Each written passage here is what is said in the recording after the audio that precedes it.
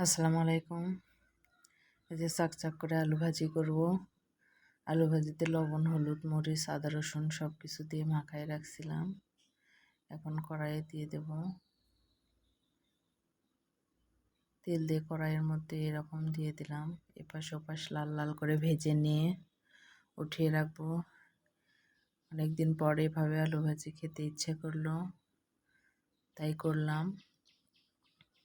এই যে সুন্দর করে লাল লাল করে এপাশ ওপাশ ভেজে নিয়েছি। এটা গরম গরম ভাতের সাথে খেতে অনেক টেস্ট। এই যে ভাজা হয়ে গেছে, উঠিয়ে নিলাম। আলু ভাজি, চাকচাক করে আলু ভাজি। আর এই যে করবো বেগুন ভাজি। বেগুনটা লবণ হলুদ দিয়ে মেখে রাখছিলাম। এই যে এখন সুন্দরভাবে ভেজে নেব, লাল লাল করে দুই পাশ। কড়াই দিয়ে দিয়েছি হালকা তেলের মধ্যে।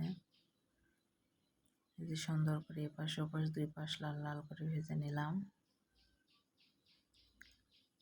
ভেজে যে উঠিয়ে রাখছি, উপরে পেঁয়াজ মরিচ ভেজে দিয়ে দিয়েছি। এই যে বেগুন ভাজি।